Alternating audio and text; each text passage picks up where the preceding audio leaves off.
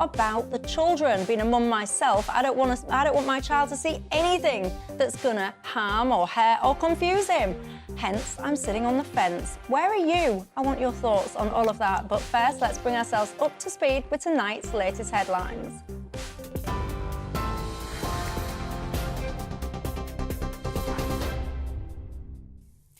Thank you, Michelle. This is the latest from the GB newsroom. A man has been arrested in Gloucestershire in connection with the deaths of at least 27 people who drowned in the English Channel in a dinghy last year. 32-year-old Harem Ahmed Abu Bakr is accused of being a member of a gang behind the crossing. 2 people survived, 4 are still missing. He's due to appear at Westminster's Magistrates' Court tomorrow. An error at a lab which saw thousands of positive COVID cases reported as negative could have led to the deaths of 20 people. Investigators at the UK Health Security Agency say the mistake at the Wolverhampton lab meant nearly 40,000 PCR tests were wrongly reported between September and October last year. Researchers also estimated almost 700 additional hospital admissions that may not otherwise have occurred. Bosses at the UK HSA say they fully accept the findings and recommendations made in the report. A Just Stop Oil protester has been jailed for 6 months after causing miles of tailbacks on the M25.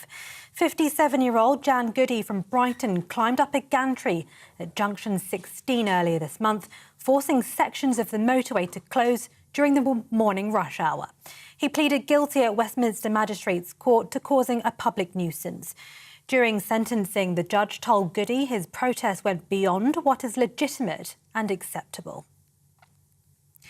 Ukraine's First Lady has toured the opening of a Russian war crimes exhibition in London. The exhibit documents atrocities committed by Russian soldiers across Ukraine. Earlier, Elena Zelenska spoke to MPs in Westminster and highlighted the ongoing torture and violence. President Zelensky's wife also likened Russia's invasion to the Second World War. Ukrainians are now going through the terror which will resonate with you. Your island survived the air raids, which were identical to those that Russia uses now to put us on our knees. We're hearing sirens every day, identical to those which were heard by the British generations. You did not surrender, and we will not surrender. But victory is not the only thing we need. We need justice. China's ambassador to the UK has been summoned to the Foreign Office over a diplomatic row following the arrest and alleged beating of a British journalist who was covering COVID protests. A heavy police presence has been reported in several cities in China to deter further protests after unrest over the weekend. Answering an urgent question on the matter, the Foreign Office Minister David Rutley says the UK government will continue to protect British values. More broadly, we recognise that China poses a systemic challenge to our values and interests, as highlighted again by the Prime Minister yesterday, a challenge that grows more acute as it moves towards greater authoritarianism. That's why we're taking robust action to protect our interests, to stand up for our values. That includes imposing sanctions, leading action at the UN and strengthening our supply chain resilience. Let me assure members that as part of our frank relationship with China, we will continue to raise our human rights concerns at the highest levels. A section of the new online safety bill has been removed following criticism by some Conservatives that it posed a risk to free speech. The amendment means big tech like social media sites will no longer be required to remove harmful material if it's deemed to be legal. The online safety bill is due to return to Parliament next week after being repeatedly delayed. Up to 100,000 nursing staff will walk out next month in the industry's biggest ever strike. The Royal College of Nursing says staff in England, Wales and Northern Ireland will take industrial action on the 15th and 20th of December. They're calling for a pay rise of 5% above the rate of inflation. While the RCN says they'll take further action if the government does not negotiate over pay. The Foreign Secretary is accusing Russia's President Putin of trying to freeze the Ukrainians into submission. Speaking at a meeting of NATO foreign ministers in Bucharest, James Cleverly said Russia's war was destined to fail due to the resilience of the Ukrainian people. Ministers at the talks are looking for ways to support Kyiv's military and keep civilians safe despite constant blackouts and heating shortages. And the King says he wants a good game of football tonight as England and Wales go head-to-head in the final match of Group B in the World Cup. To get through to the knockouts, Wales must beat England and hope the USA draw with Iran. Meanwhile, Gareth Southgate's side are looking to bounce back from their draw with the US and qualify top of Group B. Kick-off in just under an hour's time, TV, online and DAB+ radio. This is GB News. Now it's back to Dewbs & Co.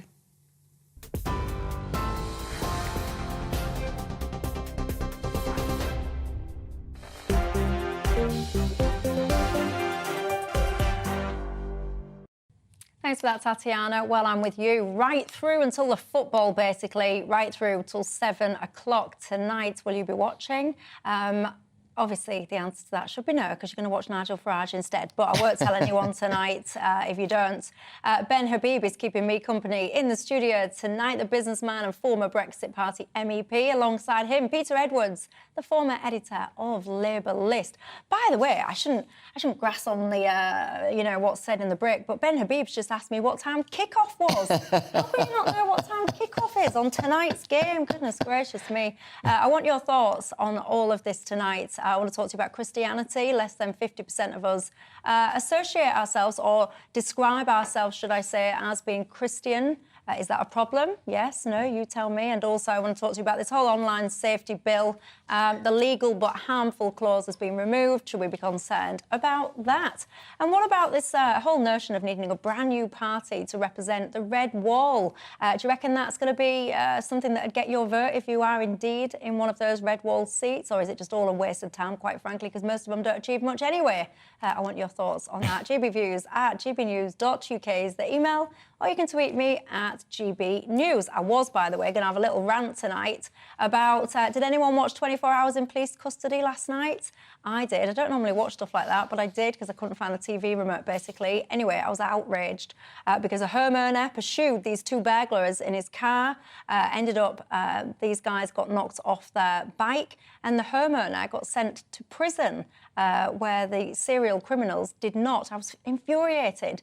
And I think, to me, it smacked of a lot of what's wrong with British justice system. But I can't debate it because neither of you was watching that TV programme last night. So anyway, I can't have the rant that I wanted to have. So instead, I'll talk first up, shall I, about this country. How religious are you as an individual? At all? A little bit or not? Christians are in a minority now in England and Wales. The latest census data shows that 46.2% of people call themselves Christian, and that, by the way, is down from what was 59.3% a decade ago. Are you a Christian? I am, yeah. I go to church regularly, and while it's obviously sad that fewer people identify as Christians, I just have to correct you on one small point, which is not Christianity is not in a minority. It's still the largest group. There are more Christians than self-described atheists. It's simply that the number of people who call themselves Christian has dipped below 50% for the first time. What I'd say briefly is two things. First of all, the Archbishop of York put out a very sensible statement saying, perhaps it's not a surprise, but it lays down a challenge for the Christian community in Britain, which I think is a really positive way of looking at it. And the other thing I'd say much more broadly, Britain is a very open, liberal, diverse society. But many of our institutions do stem from the church. It's not just churches themselves and community groups, but also much of schooling has Christian foundations. And going back, 800 or 1,000 years, hospitals were first set up in Britain by a Christian community. And today it's groups from all religions that run and operate food banks to benefit their community. So I'm not just a Christian who would defend the role of Christianity in British society. I would also defend the role and participation of all religions in British society. So are you concerned, we could split hairs about the terminology, but the fact of the matter is there are more people in this country now that are not Christian, in fact are not religious at all actually, than there are people identifying as being Christian. Do you get concerned by the decline? Do you think it's something that people should be troubled by or not?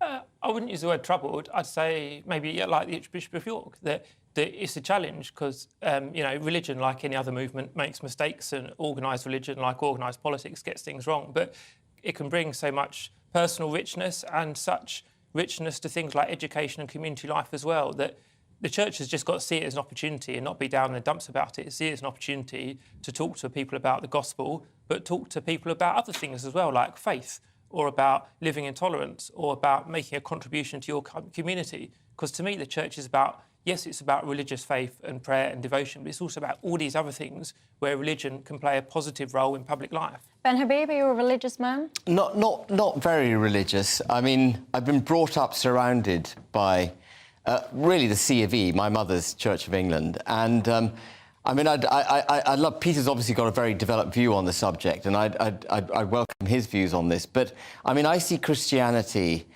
as having been on the retreat in the United Kingdom for the last couple of hundred years. You know, we've gone from a church that had massive wealth, massive influence, massive political sway, to a church that slowly, not withered on the vine. I mean, I think that might be too strong a way to describe it, but certainly one that is less projecting. And nowadays, almost, you can believe in pretty much anything and be a member of the Church of England, as far as I can figure. And I don't think people like the Archbishop of Canterbury do the Church of England many favours, because, you know, they almost talk down Christian values. You know, I've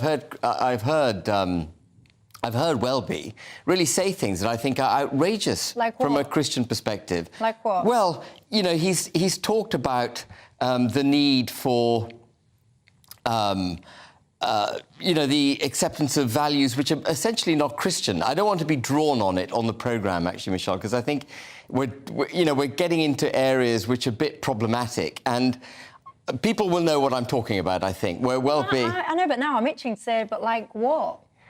Well, do you mind if I talk broadly around the subject rather than specifically on it? Because, what I don't want to do is be accused of, stirring things up. But people like Welby haven't done the Church of England any favours. And so I've seen Christianity on the retreat. And for me, not being, a sort of ardent religionist, if you like, for me, the more important thing is the retreat and the values that Christianity has left with this country, which again, I think are on the retreat and indeed under attack. And so I would see those values, tolerance, liberalism, acceptance, all of those being actually used against the nation. And one area, where, coming back to your question, where I think I can express a view, is with the way Welby supports BLM, which is, you might not see this as a religious point, but this is the championing of a particular ethnic minority, in this case black, at the exclusion of other ethnic backgrounds, principally white. And that, to me, is a wholly un-Christian promotion. You know, all people, I believe, correct me if you think I'm wrong, Peter, in Christianity, are born equal. And so I see the politicisation of the church by people like Welby and the preparedness to accept these kinds of views as actually part of the retreat of Christianity. And what I fear more than the numbers that you've just thrown out this evening is that the values of the nation and what we grew up to take for granted, they're being undermined. Fantastic values. I see that as a much bigger threat. Well, let's just be blunt. Let's not beat around the bush. I am not overly religious. I was christened into the Church of England, but I must say, and I don't mean to be rude, but I think I was christened more because it was almost the trendy thing to do at the time that I was born. That's what people kind of did with their kids. I'm not being rude if my mum's watching or anything, but I think that's why I was christened, as opposed to any genuine religious connection, I think. So I would, on paper, define myself, I guess, as a Christian C of E, but I'm certainly not practising. You certainly couldn't test me on any of the things and I'd pass that test. I wouldn't. But I wonder if the traditional values, I'm sure there's a proper word for it and I don't know what it is, but the traditional values of religion is it still compatible with modern day life? So, for example, things like society has moved now, laws have moved, attitudes have moved. Things like gay marriage is very widely accepted, and rightly so in my mind. But is that a contradiction with lots of religious aspects? No, I think it could create a tension, but not necessarily a contradiction. I think the church has moved with the times. Now, some people would say it's moving far too quickly, and other people would say it's being fantastic. What does that mean, it's moved with the times? Well, to pick perhaps two of the most prominent and sometimes heated examples, you know, the Church of England, I don't know so much about Catholicism, but the Church of England has accepted failings over the treatment of gay people, and it's accepted that, like many big institutions, it's got an awful lot wrong on race in the last few hundred years. I also want to pick up your... But I'm desperately trying not to be offensive, so please, if anyone is Christian and... No, I think you're all treading on eggshells. I'm treading on eggshells. I don't Go want ahead. to offend. Is it accepted within the Christian faith, for example, to be gay, to have gay marriage? Is that accepted? Yes, but clearly the Christian faith is this enormous broad brush, you know, from Ethiopia to Moscow to Rome to Canterbury to London. So I can't set myself up as spokesman. It's not just the Church of England has a very liberal approach, and I worship with gay people. I'm not gay, but I worship with gay people every Sunday in London. But perhaps the Catholic Church, which has been much more conservative, that's just a statement of fact, is very interesting. Pope Francis, when asked a couple of years ago, after a very conservative history of the Catholic Church, about living in a gay relationship, and he said, "Who am I to judge?" And I thought, what a wonderful and humble thing to say. Can anyone at home even recall or recite the 10 Commandments?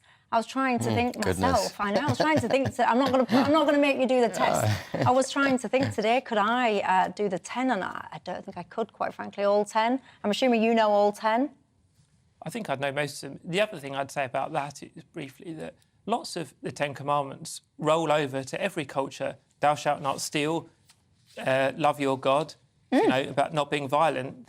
These are part... Covet thy neighbour's wife. Yeah, it's the one that always they're part of Christianity. They're part of many cultures. Yeah. Well, to me, I mean, I've got them in front of me, actually. And actually, to me, they're just a good value set to live your life by. They're not, to me, I don't necessarily, I mean, some of them, of course, they are tied into God, for example. It says you can't worship any other gods and things like that. That is obviously religious, but a lot of them are just a good code, like honour your father, your mother, just respect your elderly, those kind of things. It's a code for goodness, actually, that I think we could learn a lot of things from. Any final words you want to add into the mix? No, I mean, I think you touched on a couple of subjects which I was shy of talking about, you know, and...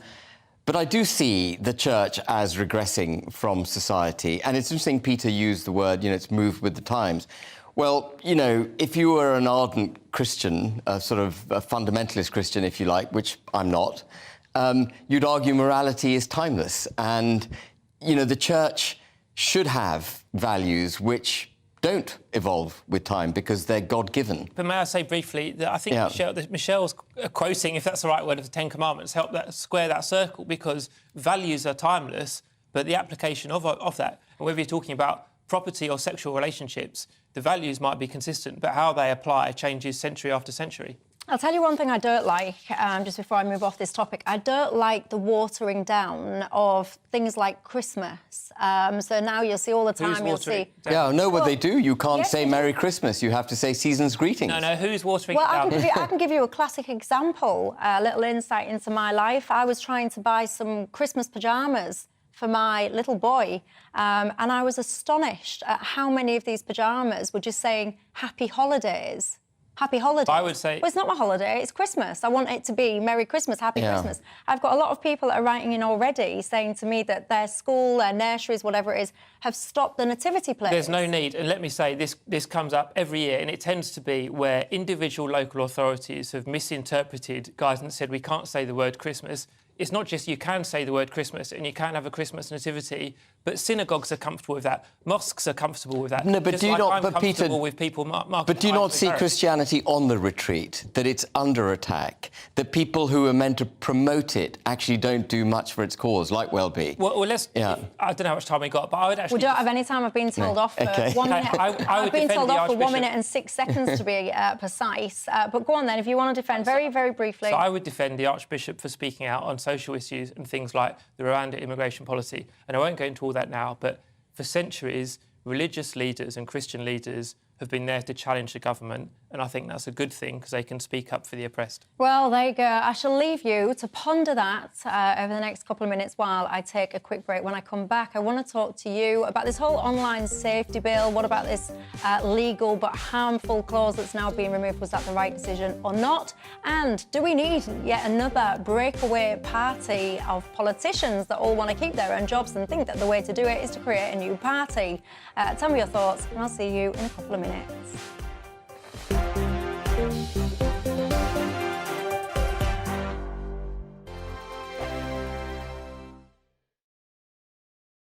We are GB News, and we'd like to say thank you to each and every one of you for bringing us your conversations, for helping our great nation find its voice. We are here for you on radio, television, and online, across England, Scotland, Wales, and Northern Ireland. It's not the BBC, you actually get your facts right. We are proud to be GB News, the People's Channel, Britain's news channel.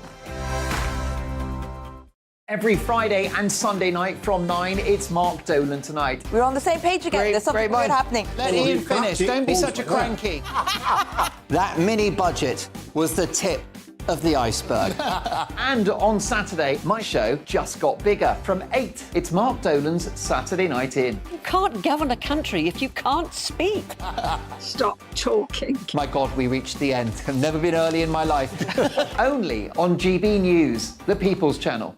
Hello there, it's Eamon Holmes here from Breakfast on GB News. We're not just on your television and your screens, you know. We're on DAB plus digital radio, so you can listen to your favourite shows on the move. If you've not yet listened to GB News Radio, it's very simple. We're on your radio player and TuneIn apps, on your smart speaker, phone or tablet, or online at gbnews.uk. Take us with you wherever you go. GB News Radio. You never have to miss a moment of the People's Channel. Monday to Thursday, 9 p.m. till 11 p.m. Join me, Dan Wootton. I'll bring you the sharpest takes and hottest debates. And it's about standards and public life. No, I'll tell you what's hypocrisy, Narendra. I guarantee you there'll be no spin. We believe in the UK. No bias, no censorship. It just doesn't make sense to me. He wasn't doing his job as Chancellor. And no reason to go to bed. So I guess they've always been quite woke. That's Dan Wootton Tonight on TV, radio and online. Monday to Thursday from 9 p.m. till 11 p.m. on GB News.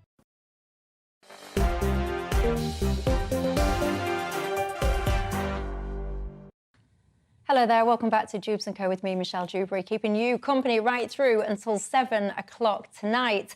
Lots of you guys getting in touch, talking about, by the way, I appreciate the fact you're getting in touch talking about that TV programme that I watched last night where they sent the homeowner that defended his property to prison and the two career criminals that didn't. That broke into his house or attempted to, they didn't go to prison. I was asking, basically, is the whole justice system the wrong way around in this country? I'm pleased to say that many of you sane-minded individuals at home agree with me, so good on you for that. What's this? Many people, you're saying, actually, you're less concerned about the decline of Christianity as what you are, the rise of Islam in this country. That seems to be something that's concerning you more. Many of you getting in touch saying that you do know the 10 Commandments. That's very good. Sue says, many people in this country do follow those commandments naturally and in everyday life. So those people should call themselves Christian. But I'm not sure, because as we were just discussing there, many of these commandments, they are almost just value sets. And for many people, some of those, obviously not all of them, but some of those commandments will just be a way of living, and they don't want that association to religion. They just would like those values. Maybe you agree with that, maybe you don't. Lots of people getting in touch about my jumper tonight. That's the kind of comments that we like. Although Terry says, Michelle, You look like an edible wedding cake tonight. I don't know if that's a compliment or not. He should have stopped at edible. Edible. Well, if you're listening, not watching, by the way, I'm wearing a polo neck because my heating in my house is broken. So I've been so cold. I wanted to come into work in my pyjamas today, but I didn't think it was a good look, so I compromised and shoved on a polo neck instead. But thank you. I'm glad that you like it. Let's move on, shall we talk about the so-called red wall. By the way, when you even start to look at what the red wall is and where and which seats are part of it, you can get about 10 different versions, depending on who or what is your source. But anyway, I'm talking about, of course, the northern kind of Midlands seats that went Tory in the 2019 election, many of them for the first time.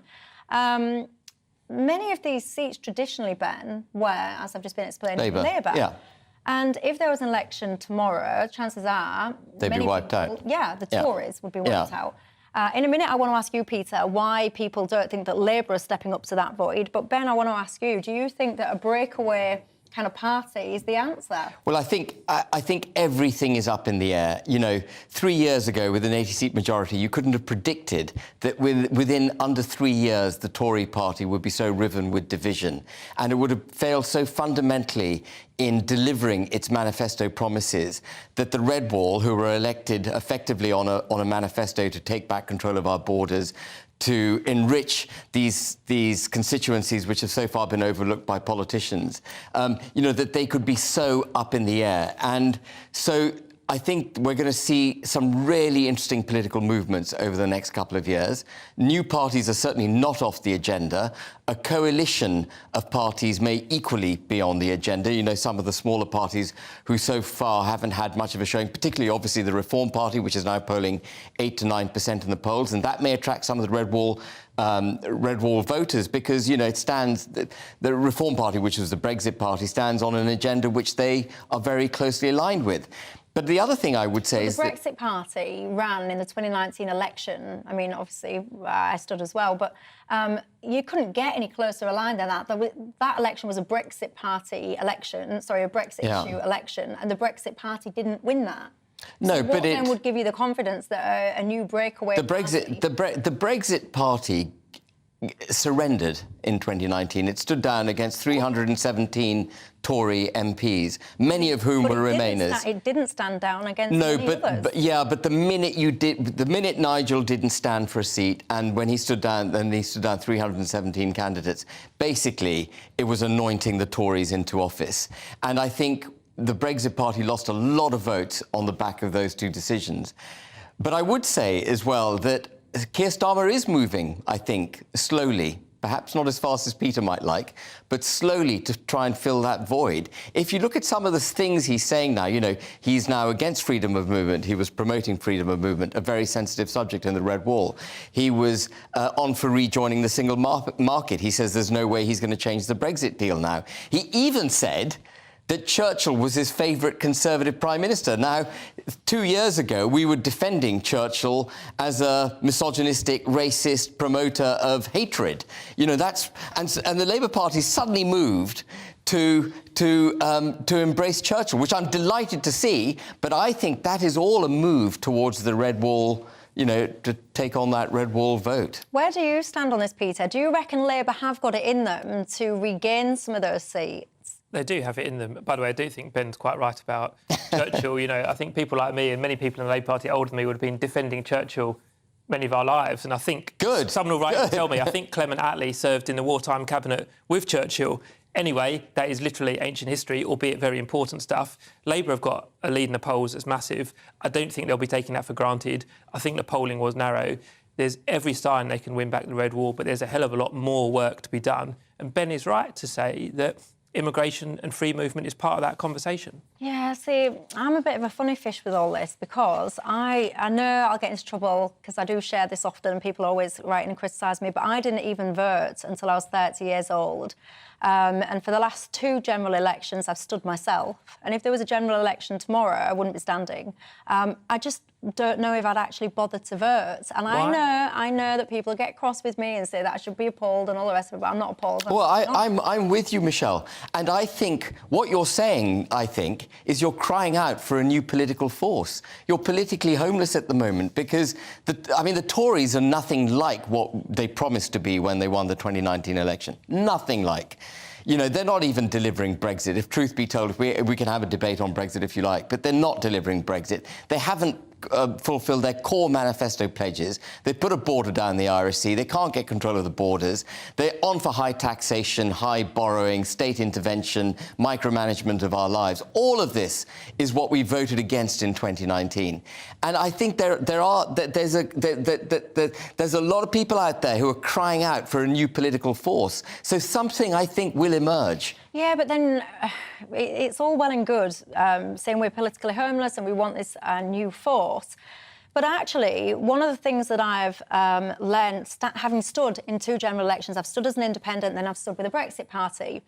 The advantage that the established parties have over your new start-ups, over your independents, it's immense, down to just simple things like Labour Party, Tory Party, whatever. They will have an immense database, essentially, of their seats. And campaigners and parish councillors. They will know who is where is their support, where do they need to target, what are they... They have vast, massive machines. And when you're a new person, whether you're independent, indie, whether you're a new start-up, it is a David and Goliath battle, and it's incredibly hard. Yeah, may I come back? I would challenge you a lot on that because you do have independents who have overturned the party machinery. By the way, I think the northern breakaway of Tory MPs is totally dead in the water because these extra parties like the SDLP or Change, Tiggers UK, tend to die a death. But the indies that manage to succeed, often, not always, they do so on a very hyper-local issue.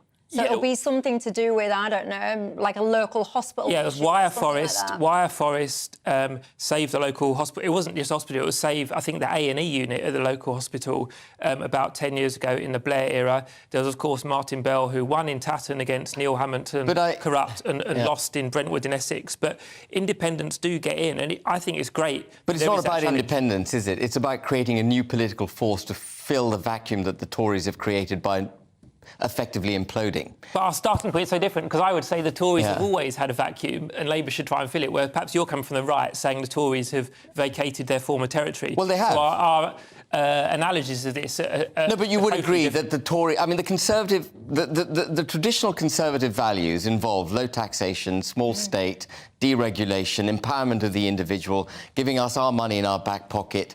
And that doesn't exist. That doesn't exist. Well, I think that is a story that... Sorry to interrupt. I think that's a story the Conservative Party tells itself to make itself feel better. And no, there was a time they believed in that. Well, no, but they said they believed in that, but did it happen? Well, I think that... Every Tory in the coalition would have said that, you know, and I don't want to bang on about too much history, but the first thing the coalition did was put up VAT. Like, Tory governments tell themselves a story about low tax. The first thing Margaret Thatcher did was cut taxes. You know, she cut the 83% tax to 60, the 33% tax to 30. And she had a windfall tax on the bankers. Yeah, I'm just looking at my inbox. She had a windfall tax on the bankers? I'm looking at my inbox. Many of you are in the same camp as me, saying that if there was an election tomorrow, you don't think that you would vote. Many of you are saying that you want reform. A couple of people, Linda here, is saying that we need Ben Habib to be the leader of a new party. Would you be the leader of a new party, Ben Habib? I would very much like to be part of a new political force. I thought Liz Truss was going to do it for us within the Tory party. She's failed spectacularly, as it happens. People see her agenda is having failed, but didn't. Her agenda was right. She just didn't deliver it in the way that that allowed it to succeed. So, I mean, I really hope I can be part of a political movement, party, which actually challenges this first-past-the-post system and delivers a new force for all the values I've just described. Yeah, Andrew's just said, what is the point in voting, Michelle? It's all a disgraceful mess. What are we actually voting for these days? Lots of just empty policies and promises, all of which are just all about, basically, isn't it, just people just getting themselves re-elected at the next general election. Unfortunately, I am with you. I wouldn't vote tomorrow, and I know that doesn't make me very good and that I'm not very grateful to the suffragettes or whatever else it is that you're going to email me in. But basically, I think the politicians should be better.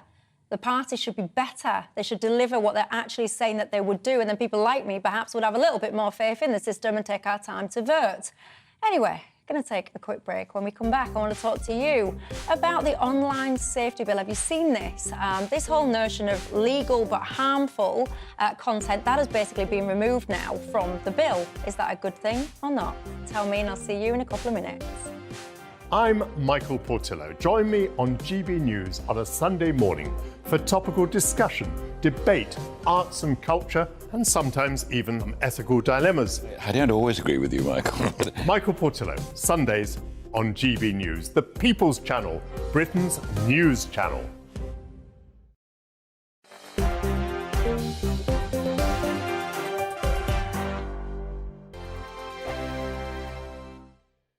Monday to Thursday nights on GB News. At 6, it's Dewbs & Co. 7 o'clock, Farage. At 8, join Mark Stein. And at 9, Dan Wootton Tonight, followed by Headliners. On TV, radio and online. This is GB News.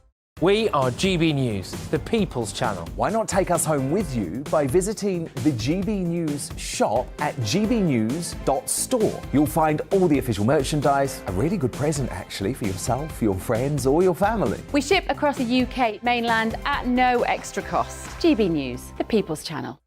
Hello, I'm Esther McVeigh. And I'm Philip Davis. Whether you're watching or listening on TV, online or on radio, we handpick the latest stories, debates and expert opinions for your weekend. So whether that's politics, news or showbiz, we've got it covered. Join us every Saturday morning at 10 o'clock on GB News. Monday to Thursday on GB News, it's Bev Turner Today from 10 a.m. We're going to be here for you, our GB News family, to keep you up to date, but also make you smile. The guy went from puberty to adultery. And I can't wait to bring a few of my own opinions. I have no time for cultural totalitarianism. We'll engage in passionate, but always polite debate, with your thoughts and opinions at the centre of it all. Monday to Thursday, 10 till 12, on TV, on radio and online. Hi there, it's Stephen and Anne.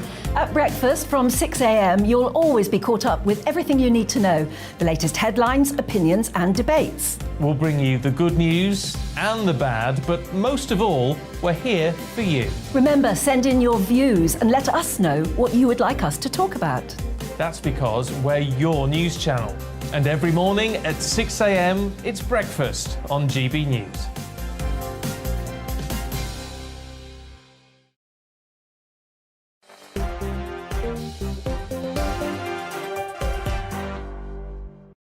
Hello there, welcome back to Dewbs & Co. with me, Michelle Dewberry. If you're thinking to yourself it's nearly time for the football, stop. No, you've got another 20 minutes yet, and I'm with you right until that point.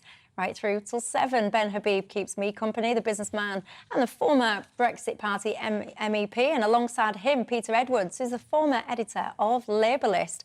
We've just been talking about being politically homeless, new parties. Richard says, Michelle, voting should be compulsory, but with the option of none of the above that people can take. It would show the size of the politically homeless. But how would you enforce that, Richard? I mean, I've just said, for example, I'm probably not going to vote if there was an election tomorrow. Well, how are you going to make me vote? I'm intrigued. How would your compulsory voting work? And are you someone that would agree with that? Get in touch. Tell me your thoughts. gbviews@gbnews.uk is my email address. Now, let's talk, shall we? The whole freedom of speech, social media, this whole kind of online safety bill situation now. It's had a few iterations, hasn't it? And now the whole phrase legal but harmful that was contained within the bill is now being removed. Many people are celebrating this, saying that this is a great thing for free speech. On the other side of the fence, people are concerned about whether or not children, say, for example, might be at risk. Peter, where do you stand on it? It is a huge concern, and I don't want to be kind of party political about it, because it follows several teenagers taking their own lives, which is horrific and absolute tragedy. So I would actually pick out what the head of the Samaritans said today when she talked about the government changes that were announced this morning, and when she said that the damaging impact this type of content, we'll come on to that later, doesn't end on your 18th birthday. Increasing the controls that users have is no replacement for holding social media sites to account. So I think this has been understandably written up as a bit of a watering down of the proposals that keep not just children but young people generally safe.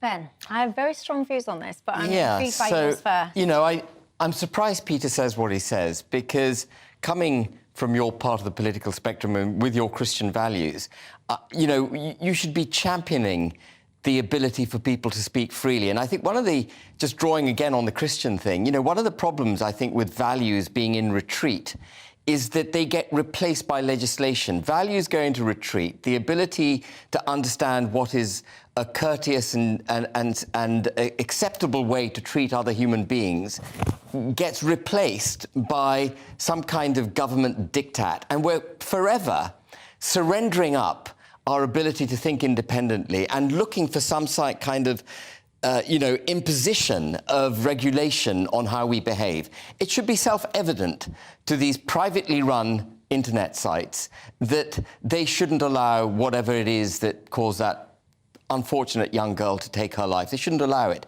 But it shouldn't be in the realms of regulation.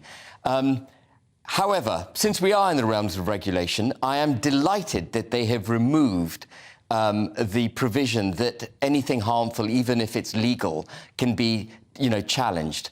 I'm absolutely delighted by it, because where do you stop? At what point do you say, well, that just is unbelievably offensive to me? I don't, I love coffee and you've insulted coffee, and so, you should be cancelled. And that's a kind of, pathetic example, but you know the point I'm making. And so I think it's absolutely right that they took that language out, and I would go much further. I don't think it's right, by the way, Peter, that they haven't got protections in for youngsters. There are now, if this bill turns into an act, there will be protections required of underage users of internet sites. I think if you're under 13, you won't be allowed to watch this sort of harmful content. But this is, for me, classic government interference, people losing sight of what's important, our freedoms being challenged and voluntarily given away. We're giving away our freedom to these regulations, and we just need to know as a society what is acceptable and what isn't. And you're rightfully concerned about what your children see online. It's very unusual for me to be on the fence. I'm normally this side or that side, and on this issue, I've got two parts to my life. I've got one part of my life which is an adult. I am an adult. I do not need whoever the current Prime Minister is or whatever the governing body is. I don't need anybody to dictate to me, you can't see that content because you might be offended or you might be... I don't need that. I don't want it. I don't welcome it. And I want less interference, not more. So that's the adult part of my brain. So therefore I celebrate this whole kind of removal of the legal, not harmful thing gone. The other side of my brain is as a mummy. And I have a 2-year-old. I tell you often I've got a 2-year-old. And I want my little boy to be sheltered from as much stuff as possible for as long as possible. And I'm a strict parent. I believe in parental discipline.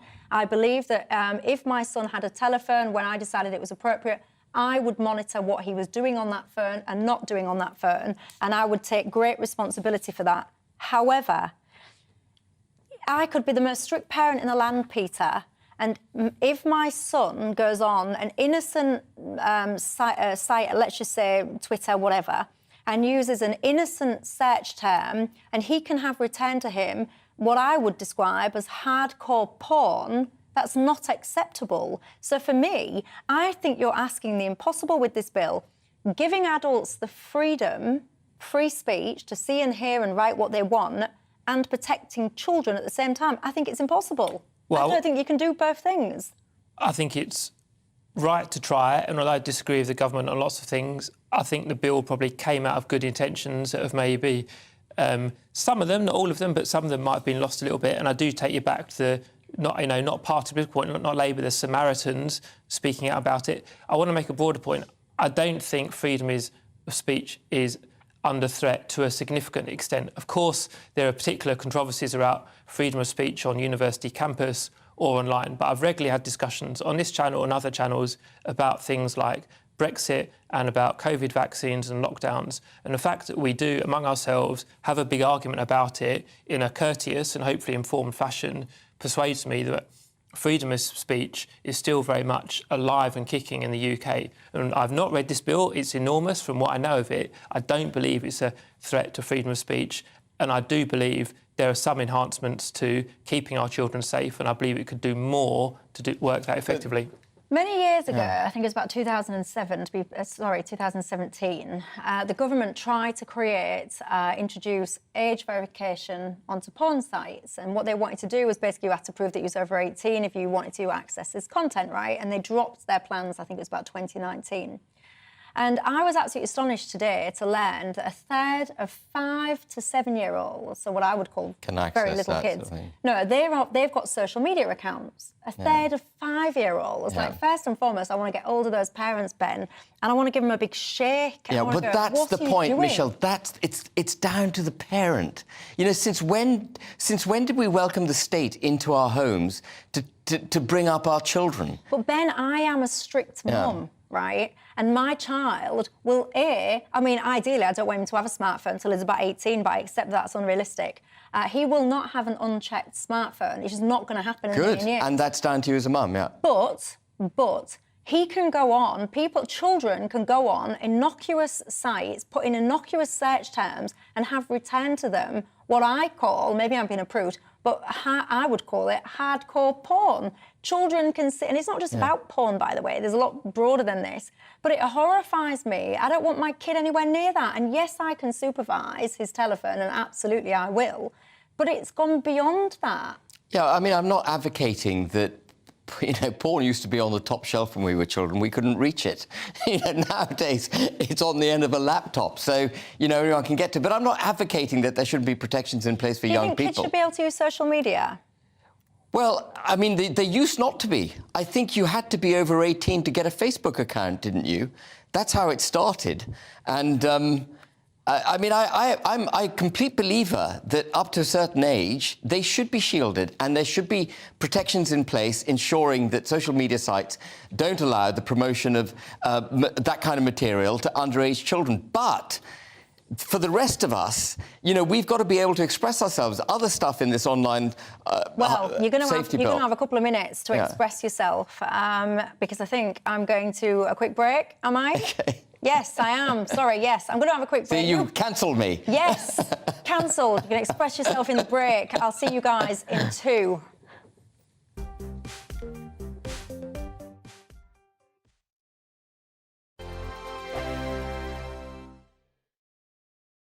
Every morning from 6 o'clock, we'll wake you up with GB News Breakfast with all the stories you didn't know from the night before. So whether it's serious news, entertainment, or your own views from all over our great nation, we're here to kick off your day with a smile. The national media should be reflecting and reporting what's happening here. You will notice the northwestern accents.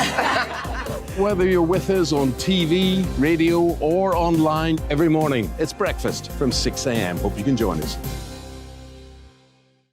Join me every Sunday at 6 p.m. for Gloria Meets. In exclusive interviews, I'll be finding out who our politicians really are and what they really think. I think I've seen probably quite enough of Matt Hancock to last me a lifetime. I'll also be getting to know you better, travelling to find out what you think about the politicians who are fighting for your vote. They've got to get this country back on track. Join me every Sunday at 6 p.m. only on GB News, on TV, radio and online. We are GB News, right across the nation. You can get us on television, on radio, on digital. We're absolutely everywhere. Amazing. You see, amazing. You remind me of me in the European Parliament. But here's the most important bit. We are not part of the mainstream establishment. We think and speak just like you do. We are the People's Channel. Magnificent. That's really, really thoughtful. Come and join us on GB News, the People's News Channel. My name's Tom Harwood and join me 9:30 a.m. every weekday for The Briefing, your one-stop shop for everything you need to know about what's going on in politics today. I wonder if this is a deal that might need to be like the biscuits in this factory, twice baked. Is there not an opportunity here to win out against the extremes? Tom Harwood, GB News. What are you going to do about it? Things should have been done differently, and they certainly are being done differently. Don't miss it. The Briefing with me, Tom Harwood, 9:30 Monday to Friday on GB News.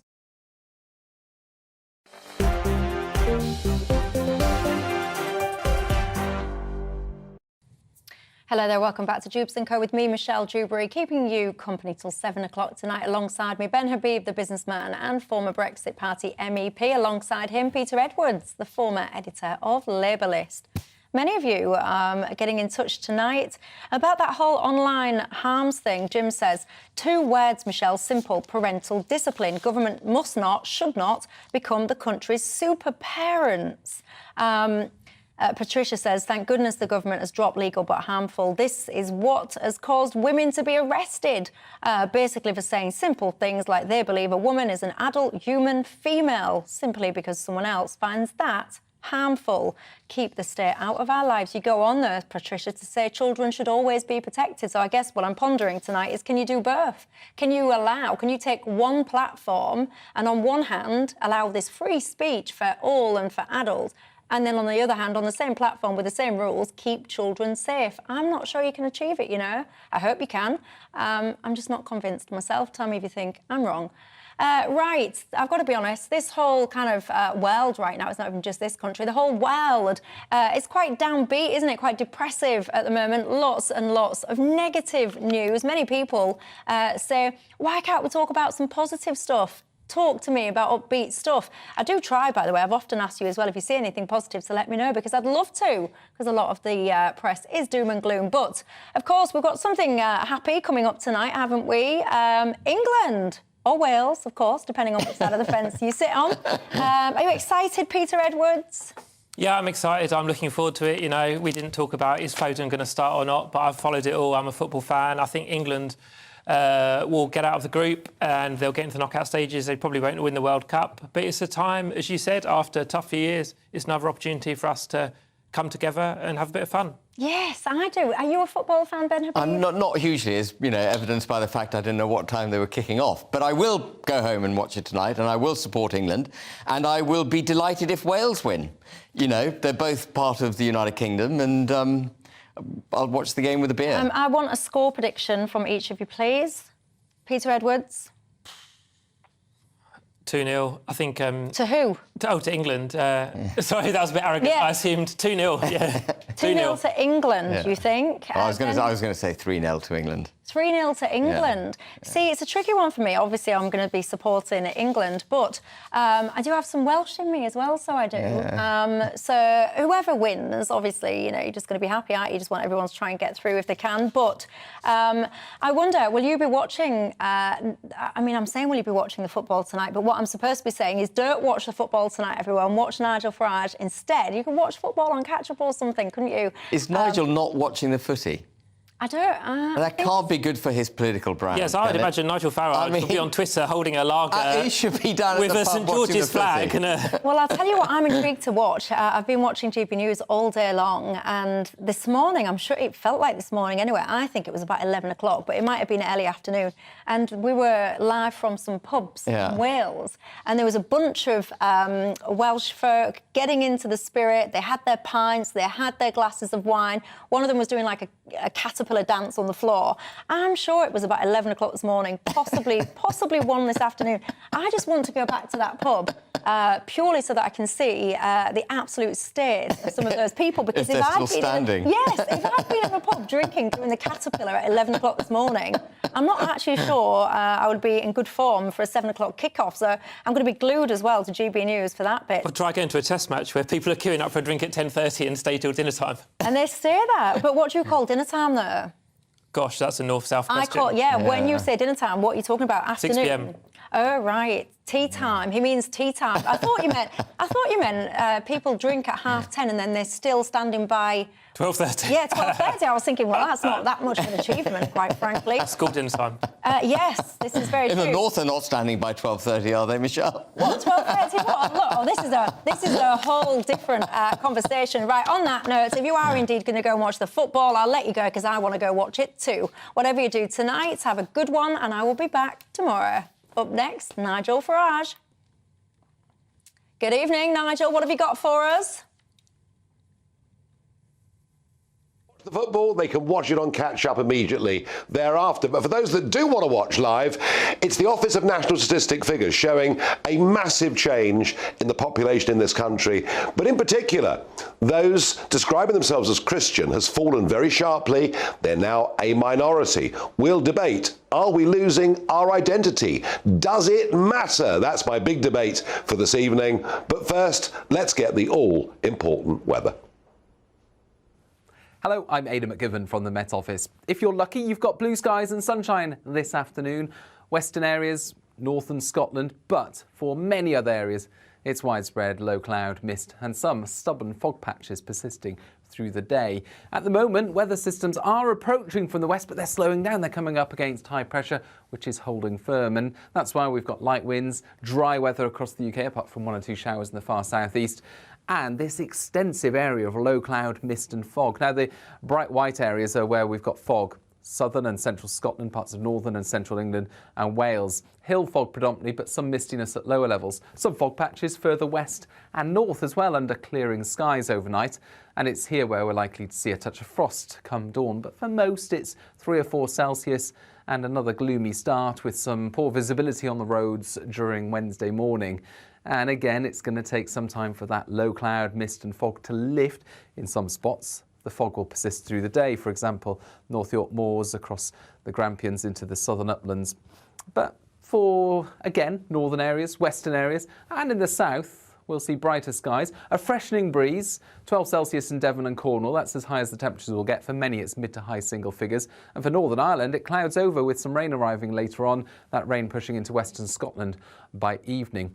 It's light, it's on and off, and it will be accompanied by a freshening breeze, but it will keep the fog away on Thursday morning.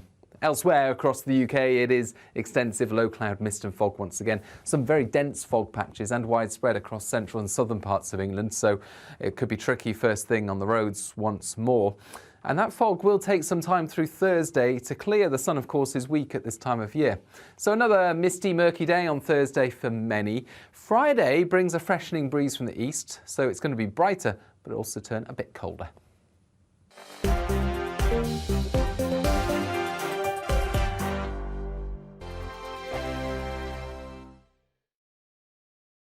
I'm Mark Dolan. Join me at 11 on GB News for Headliners, in which I'll be joined by 2 of the UK's top comedians discussing tomorrow's papers. If it's an important story, we'll cover it, but we'll have some fun along the way. Headliners, the late-night paper review that won't send you to sleep like the others will. 7 nights a week at 11 p.m. on GB News.